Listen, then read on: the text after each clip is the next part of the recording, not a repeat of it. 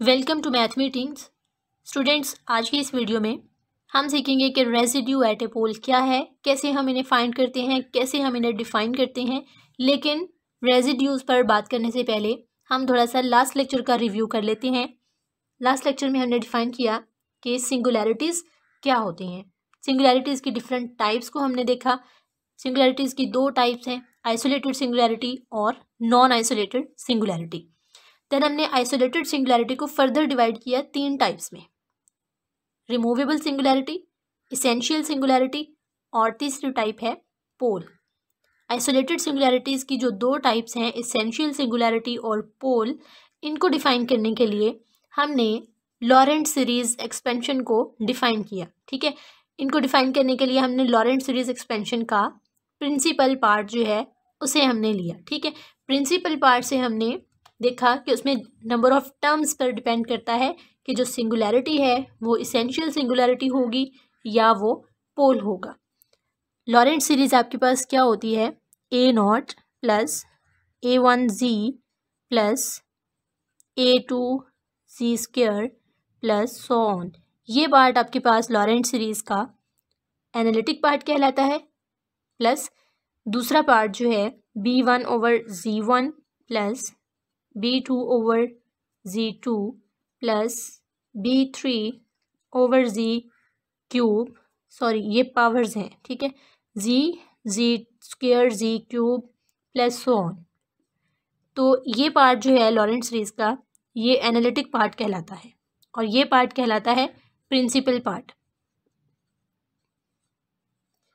ये analytic part इसलिए है क्योंकि हमारे पास जो इसमें सारी की सारी टर्म्स होती हैं, सारी की सारी जो टर्म्स हैं वो डिफाइंड किसी भी फंक्शन पर अनडिफाइंड नहीं हो रही होती। ठीक है, यहाँ पर अगर हम देखते हैं जो कि प्रिंसिपल पार्ट है, यहाँ से हमें सिंगुलैरिटीज़ मिलती हैं। ठीक है, इस पार्ट को हम डिस्कस नहीं करते, हम प्रिंसिपल पार्ट को डिस्कस करते हैं। उसके रीज़न क्या है कि हमें प्रिंसिपल पार्ट से ही सिंगुलैरिटीज़ मिलती हैं। प्रिंसिपल पार्ट, क्योंकि यहाँ पर हम देखते हैं कि जो z है वो डिनोमिनेटर में अपीयर हो रहा है। ठीक है, यहाँ से हमें फंक्शन जो है हमें पता चल जाता है कि किस पॉइंट के ऊपर फंक्शन डिफाइंड है, किस पॉइंट के ऊपर फंक्शन अनडिफाइंड है। तो जहाँ पर फंक्शन अनडिफाइंड होता है वो पॉइंट उसके सिंगुलर पॉइंट्स कहलाते हैं। ठीक है, क्योंकि वहाँ पर फंक्शन क्या होता है, एनालिटिक नहीं होता। तो हमारा फोकस प्रिंसिपल पार्ट के ऊपर होता है। अगर प्रिंसिपल पार्ट में नंबर ऑफ टर्म्स इन्फिनिट होती हैं तो इसेंशियल सिंगुलैरिटी कहलाती है। अगर इसमें प्रिंसिपल पार्ट में जो नंबर ऑफ टर्म्स हैं वो फाइनाइट हों तो जो सिंगुलैरिटी है वो पोल बन जाती है। ठीक है, तो अब पोल, देन हमने क्या किया, पोल को फर्दर जो है वो डिस्कस किया कि पोल की दो टाइप्स होती हैं, सिंपल पोल और मल्टीपल पोल। ठीक है, यानी कि पोल दो तरह के होते हैं। पोल जो है वो आपके पास दो तरह के होते हैं, एक आपके पास है सिंपल पोल और दूसरे पोल होते हैं मल्टीपल पोल। सिंपल पोल या मल्टीपल पोल कैसे बनते हैं, पोल के ऑर्डर की बिना पर। ठीक है, अगर तो ऑर्डर 1 होता है तो सिंपल पोल होता है, अगर पोल का ऑर्डर 2 हो या 2 से ज़्यादा हो यानी कि ग्रेटर देन 1 हो तो जो पोल आपके पास होता है वो मल्टीपल पोल कहलाता है। ठीक हो गया। अब हमारा टॉपिक है रेजिड्यू एट ए पोल। ठीक है, किसी फंक्शन के पोल के ऊपर उसके रेजिड्यूज हम कैसे फाइंड आउट करते हैं। ठीक है, पहले हम डिफाइन करते हैं रेजिड्यू को, देन हम इसका फॉर्मूला देखेंगे कि रेजिड्यू फाइंड आउट करने का फॉर्मूला हमारे पास क्या है। तो रेजिड्यूज की डेफिनेशन आपके पास क्या है, residues of a function at a pole. ठीक है, let z equal to z0 be a pole of order m। Pole का कोई ना कोई ऑर्डर होता है। ठीक है, या तो ऑर्डर 1 होता है या ग्रेटर देन 1 होता है। अगर ऑर्डर 1 हो तो सिंपल पोल कहलाता है, अगर ऑर्डर ग्रेटर देन 1 हो तो मल्टीपल पोल कहलाता है। ठीक है, let z equal to z0 be a pole of order m of function f of z such that f of z can be expanded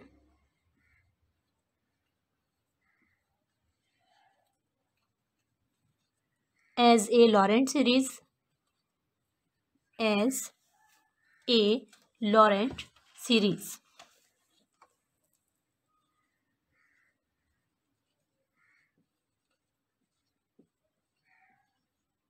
in the following form, ठीक है, Laurent series हमारे पास इस form में होती है, F of G this is equal to summation N equal to 0 to infinity a n z minus z naught raised to power n plus b1 over z minus z naught plus b2 over z minus z naught का square plus so on, और last term हमारे पास है B M over z minus z naught raise to power m, ठीक है।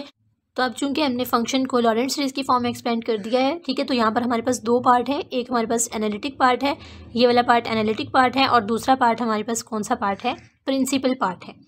तो हमें पता है कि हमें जो सिंगुलैरिटीज़ मिलती हैं वो प्रिंसिपल पार्ट से मिलती हैं, ठीक है। सेम हमें जो रेजिड्यू मिलेगा, रेजिड्यू भी हमें प्रिंसिपल पार्ट से ही मिलेगा, ठीक है। लेकिन यहाँ पर हमारे पास क्या है कि जो कोफिशिएंट है where B M not equal to 0, then the coefficient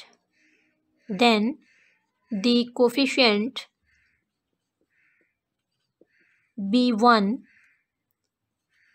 is called residue of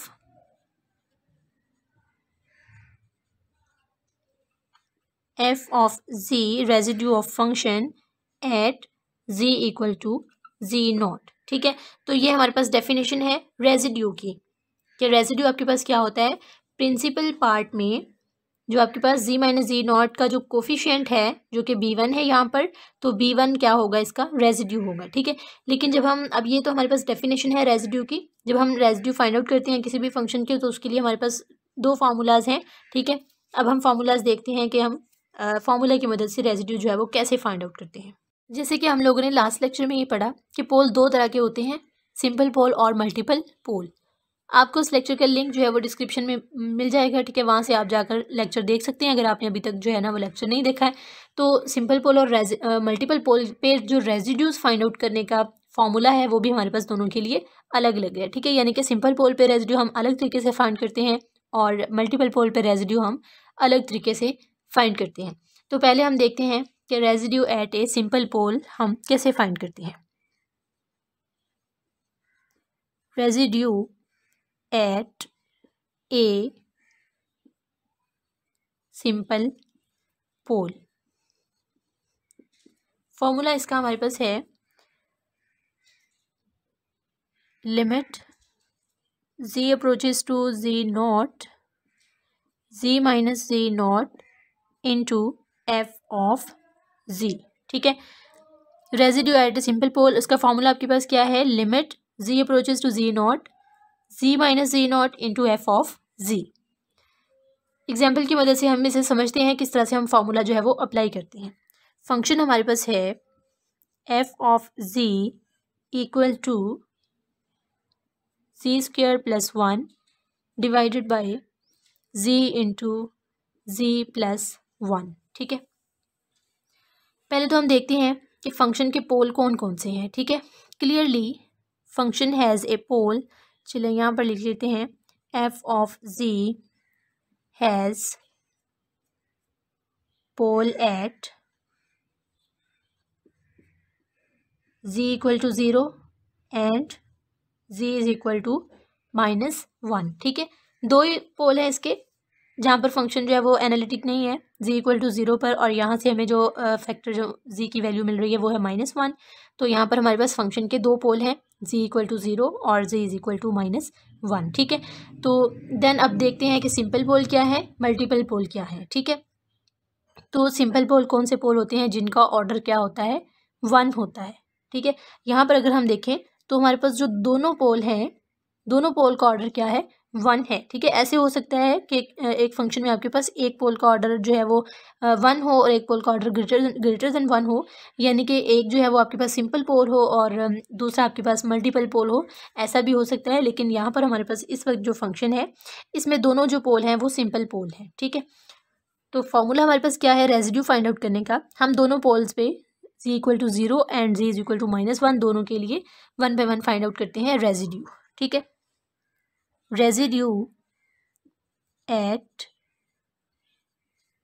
A pole z equal to 0। ठीक है, z इज इक्वल टू 0 पे जो रेजिड्यू है इसको हम नाम दे देते हैं r1 का, इक्वल टू लिमिट, फॉर्मूला हमारे पास क्या है z approaches to z naught. ठीक है, अब यहाँ पर जो z नॉट है हमारे पास वो क्या है 0 है। ठीक है, तो z approaches to 0, z minus z naught क्या है 0 है, f ऑफ z, तो f ऑफ z आपके पास क्या है z square plus 1 divided by z into z plus 1। ठीक है, तो अगर हम इसे थोड़ा सा सिंप्लीफाई करें z माइनस 0 जो है वो z हो जाएगा, तो z और z कैंसिल आउट हो जाएंगे यहाँ पे आपके पास। Limit z approaches to 0, z into z square plus 1 divided by z into z plus 1। तो z और z आपके पास कैंसिल आउट हो गया। यहाँ पर आप लिमिट अप्लाई करें तो 0 प्लस 1 डिवाइडेड बाय 0 प्लस 1, तो आंसर आपके पास क्या है 1। ठीक है, यानी कि at a pole z equal to 0, residue आपके पास क्या आ गया है 1 आ गया है। ठीक हो गया। इसी तरह हम जो दूसरा पोल है z इक्वल टू -1 उस पर भी फाइंड आउट करते हैं, सेम जो है वो फॉर्मूला अप्लाई करके। ठीक है, रेजिड्यू एट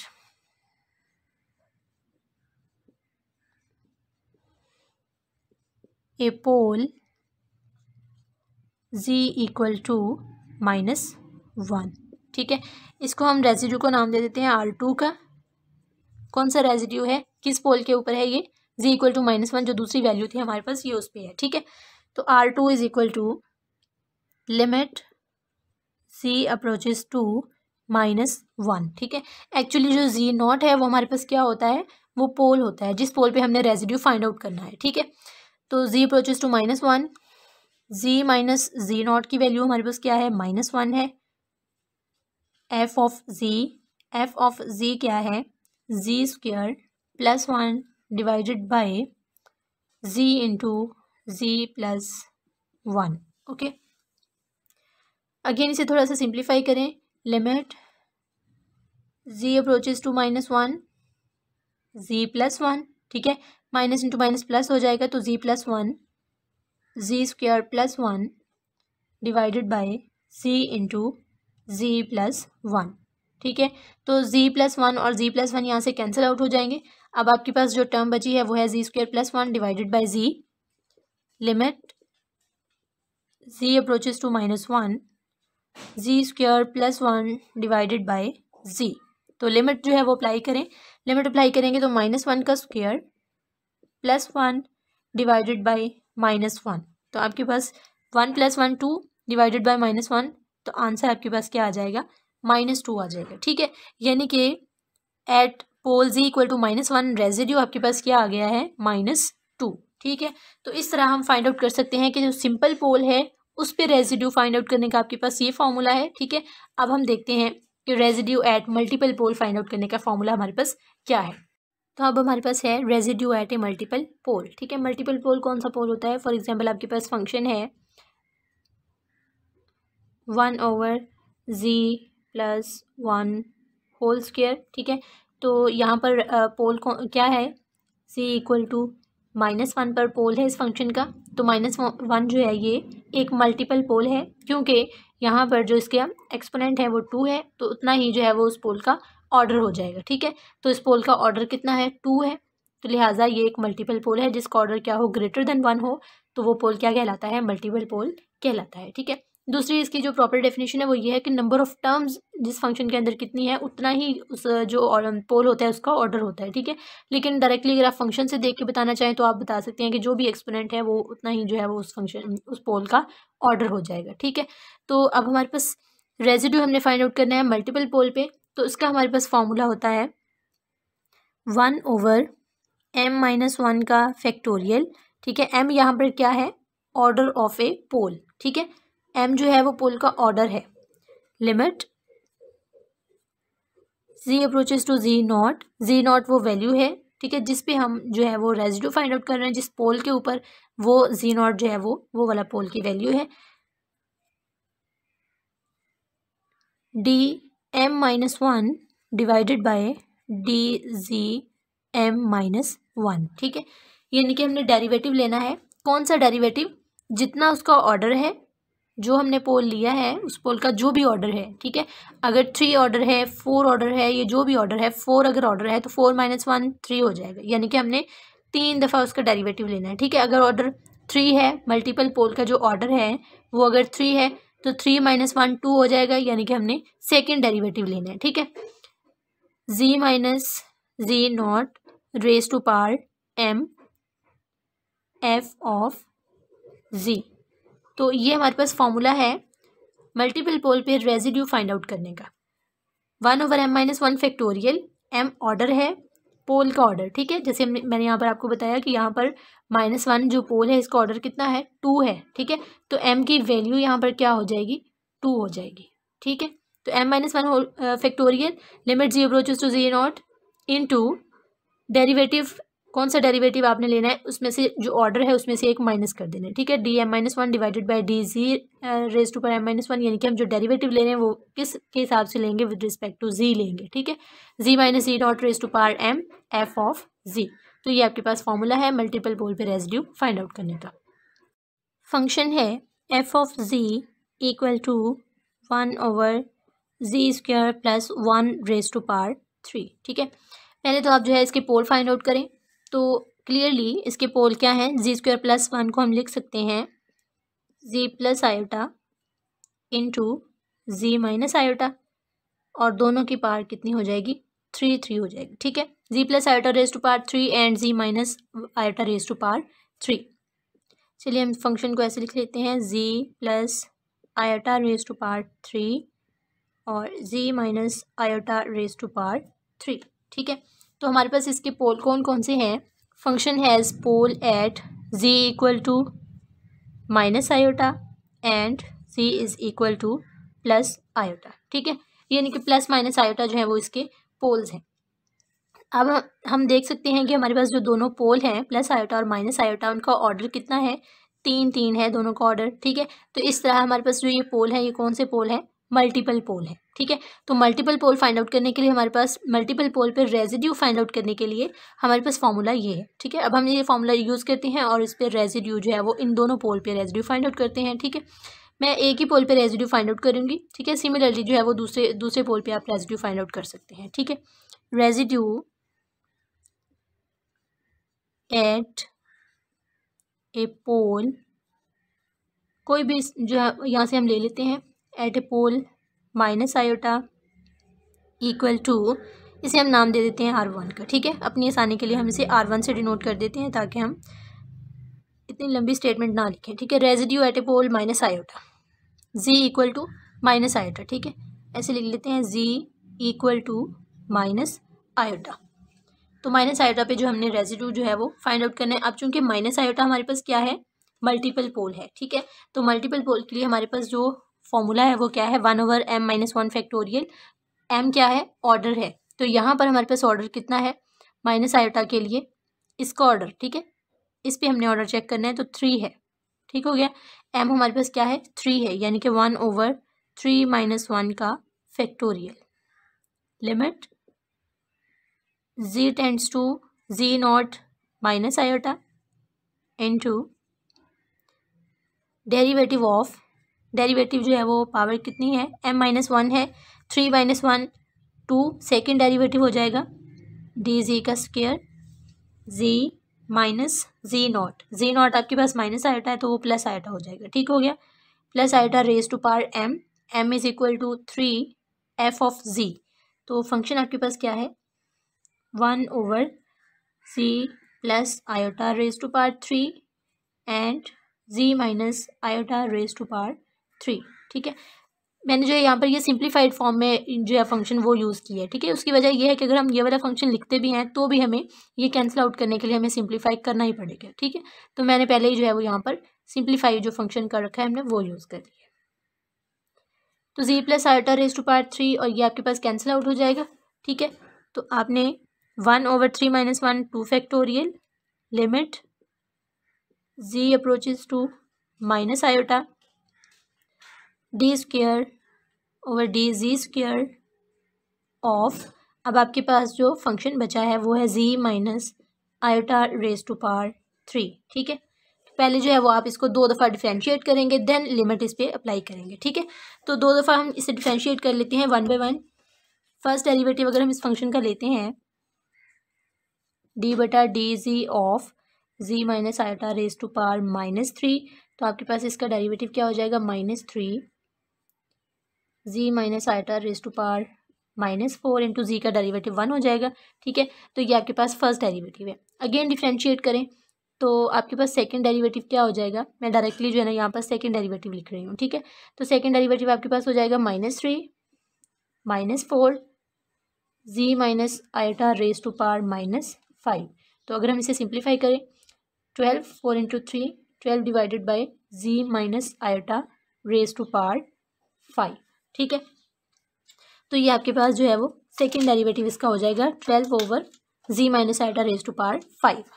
ठीक है, 1/2 फैक्टोरियल आपके पास 2 ही आ जाएगा, limit c approaches to minus iota D square over D G square 1/z minus iota raise to power 3। आपके पास वैल्यू क्या आई है 12 divided by c minus iota raise to power 5।